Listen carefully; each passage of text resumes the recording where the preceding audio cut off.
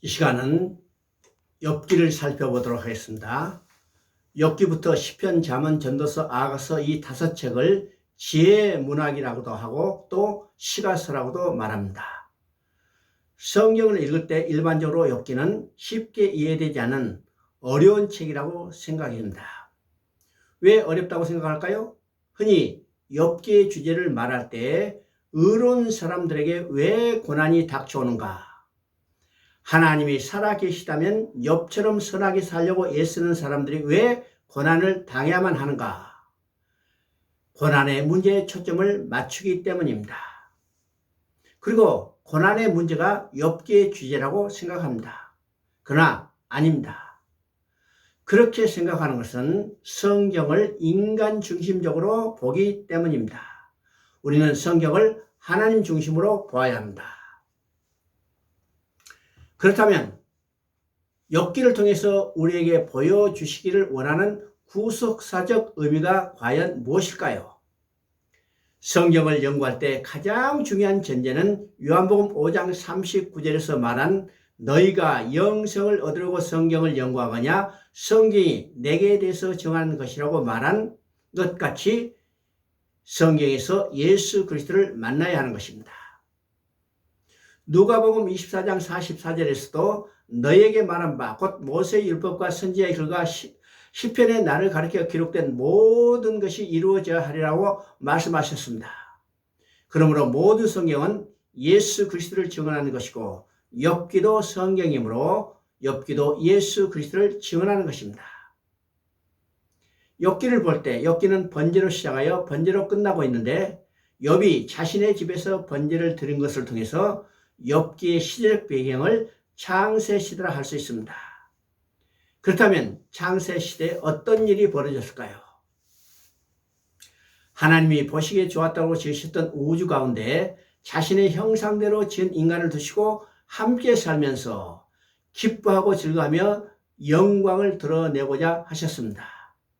이것이 하나님의 창조의 목적이었고 안식을 누리는 것이었습니다. 그런데 그곳에 사단이 침투하여 인간을 유혹하였고 사단의 유혹에 넘어간 인간이 사단의 노예로 전락되고 말았습니다. 이 사건으로 말미암아 하나님의 이름이 모독받았고 영광이 훼손되었던 것입니다. 그러면 아담으로 말미암아 인간의 타락으로 말미암아 모독받은 하나님의 이름을 누구를 통하여 회복할 것인가? 이것이 하나님의 구원계획을 이루시는 하나의 문제였습니다. 그러므로 욥기의 주제는 의인이 왜 고난을 당해야 하는가에 있지 아니하고 인간의 것이었던 하나님의 이름과 명예가 어떻게 될 것인가에 있다고 볼 수가 있습니다. 욥기는 크게 세 단으로 나눌 수가 있습니다. 첫 부분은 1장부터 2장 13절까지로 욥에게 두 번의 큰 시련이 닥쳐오는 내용입니다. 여기에 욥기를 해석하는 열쇠가 들어있습니다. 두 번째 부분은 3장부터 37장까지입니다. 이 부분에서는 욥이 친구들과 세 번에 걸쳐서 반복되는 변론의 내용입니다. 그리고 38장부터 42장까지는 지금까지 침묵하고 계셨던 하나님께서 개입하시고 욥의 회개와 회복이 이루어지는 내용입니다. 욥기의 핵심 단어를 온전이라고 말할 수 있습니다. 하나님은 욥을 온전한 사람이라고 소개하고 그리고 욥을 사단 앞에 내어놓고 자랑하십니다. 이렇게 하시는 것은 욥을 통하여 아담으로 말미암아 훼손된 하나님의 거룩하심과 영광을 회복하기를 원하셨던 것입니다. 결국 하나님의 허락하에 사단은 1장과 2장에서 두 번에 걸쳐 욥을 시험하게 되고 욥이 극심한 고난을 받게 됩니다. 그렇지만 두 번의 극심한 시험에 불구하고 욥은 하나님을 향하여 어리석게 원망하지도 아니하고 입술로 범죄하지 아니하므로 하나님의 이름과 영광을 지켜냈습니다. 이런 욥도 3장에서는 자기 생일을 저지하고 자신을 태어나게 한 모태를 원망하고 있는 것을 보게 됩니다. 이것은 생명의 근원 되시는 하나님께 원망이고 불평하는 것으로 욥도 궁극적으로 하나님의 이름과 영광을 온전히 지키지 못하였다는 것입니다. 그러므로 이 땅의 어떤 인간도 아담으로 말미암아 모독받고 훼손된 하나님의 이름과 영광을 회복할 수 없다는 것입니다. 그러면 누가 그 일을 할 수 있을까요? 이런 맥락에서 마태복음 4장 1절부터 11절에 예수님께서 시험 받으신 내용이 나옵니다. 그때 예수께서 성령에 이끌려 마귀에게 시험을 받으러 광야로 가서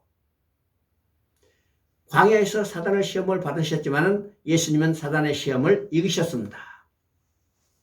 이 사건을 통해서 오직 예수님만이 아담으로 말미암아 모독받은 하나님의 이름과 영광을 온전히 회복하실 수 있다는 것입니다. 여러분, 하나님의 아들이 왜 육신을 입고 이 땅에 오셔서 저주의 십자가에 달려 죽으셔야만 했을까요? 나의 죄 때문이라고 답하실 것입니다. 물론 맞는 대답입니다. 그러나 더 나아가야만 합니다. 무엇보다 우선한 것이 하나님의 영광을 위해서였습니다. 아담의 범죄로 말미암아 하나님의 형상대로 지음받은 인간들이 사단의 노예로 전락되어 하나님의 이름과 영광이 훼손되었습니다. 그러면 하나님의 이름과 영광, 명예는 언제 회복될 수 있을까요? 사단의 노예로 전락된 인간들을 찾아서 돌아오게 해야만 합니다. 예수님은 십자가에서 사단의 세력을 박살내고 사단의 노예됐던 인간을 해방시켜 하나님 앞으로 인도하심으로 하나님의 영광을 회복하신 것입니다. 욥기 4장부터 26장까지는 욥을 이문하러 찾아온 엘리바스, 빌닷, 소발이라는 이 세 친구가 욥에게 일어난 고난의 원인에 대한 지루한 논쟁을 하고 있는 것을 보게 됩니다. 이 세 친구들은요, 3번이나 욥과 논쟁을 반복했습니다. 그러나 그들은 각각 똑같은 입장을 취하고 말합니다. 대표적으로 엘리바스는 4장 7절에서 생각하여 보라, 죄 없이 망한 자가 누구인가, 정직한 자의 끊어짐이 어디 있는가. 이렇게 말하는 것은, 이런 식으로 말하는 세 친구들은 바른 말만 하고 있는 것입니다. 그러나 그들의 논리는 고난은 죄의 대가라는 인과응보의 사상이었으며 행위 구원론이었던 것입니다. 죄 없이 망한 자가 없다는 말은 원론적인 말입니다. 그러나 욥은 희미하지만 16장 19절을 보면 지금 나의 증인은 하늘에 계시고 나의 중보자는 높은 데 계시니라고 중보자를 믿고 있었으며 19장 25절에서는 내가 알기에는 나의 대속자가 살아계시니 마침내 그가 땅 위에 서실 것이라고 하고 대속자를 믿고 있었던 것입니다. 욥이 믿고 있던 중보자는 하나님은 한 분이시요 또 하나님과 사람 사이의 중보도 한 분이시니 곧 사람이신 그리스도 예수이셨고 또 구속자는 다른 이로서는 구원을 얻을 수 없나니 천하 인간에게 구원을 얻을 만한 다른 이름을 우리에게 주신 일이 없음이라고 한 것 같이 오직 예수 그리스도 한 분 이외에는 없는 것입니다. 욥은 그가 땅에 섰을 것이라고 오실 메시아 예수 그리스도를 멀리서 바라보고 구원을 얻었지만은 신약의 우리들은 이미 오신 예수 그리스도를 바라보고 구원을 얻는다는 그 차이만 있을 뿐입니다. 32장부터 37장은 젊은 엘리야가 나타나서 의인도 고난을 받을 수 있으며 하나님은 고난을 통해서 하나님의 사람을 훈련시키신다는 입장을 표명하고 있습니다. 38장부터 41장에서는 하나님께서 욥의 문제를 직접 해결하시기 위해서 욥에게 70가지 질문으로 도전하십니다. 인간의 고통과 하나님의 주권에 대한 문제의 진정한 답변은 욥기 후반부에 하나님 말씀에서 발견하게 됩니다. 하나님은 땅과 바다와 하늘의 창조에 관한 질문으로 시작해서 악어와 하마 같은 자연에 대해서 보여주시고 이런 것을 다룰 수 있는 능력이 있는가를 묻습니다. 욥이 하나님의 말씀을 들은 후에 자신의 무지를 인정하고 조용해졌습니다. 또 자신의 교만함과 건방짐을 인정하고 하나님의 전지전능하심을 고백합니다. 욥은 드디어 회개하나이라고 고백합니다. 욥의 회개는 무지한 말로 이치를 가린 어둡게 한 것에 대한 회개였습니다. 욥의 회개는 윤리적인 문제가 아니라 이치를 어둡게 한 신학적인 잘못이며 그의 눈이 하나님의 이치를 밝히 깨달아 알게 됐다는 말입니다. 이렇게 욥은 하나님의 주권을 깨닫게 된 것입니다. 모든 변론이 끝난 후에 하나님께서 욥의 친구들을 책망하십니다. 그러면 친구들은 어떤 면에서 정당하지 못했을까요? 첫째는 욥의 시험에 나타난 하나님의 뜻을 분별하는데 무지했다는 것입니다. 욥이 고난을 받은 것은 자신의 죄 때문이 아니라 하나님께서 자신의 이름과 영예를 위해서 회복할 수 있는 자가 누구인가 욥을 사단 앞에 내어놓았기 때문입니다. 두 번째는 자신들이 하나님의 이치에서 서서 욥을 정죄하고 있기 때문입니다. 세 번째는 욥이 죄의 대가로 그런 고난을 당하고 있다는 논리라면 자신들은 죄를 범하지 않았으므로 의인이라는 자기 의를 내세우는 것이 되기 때문입니다.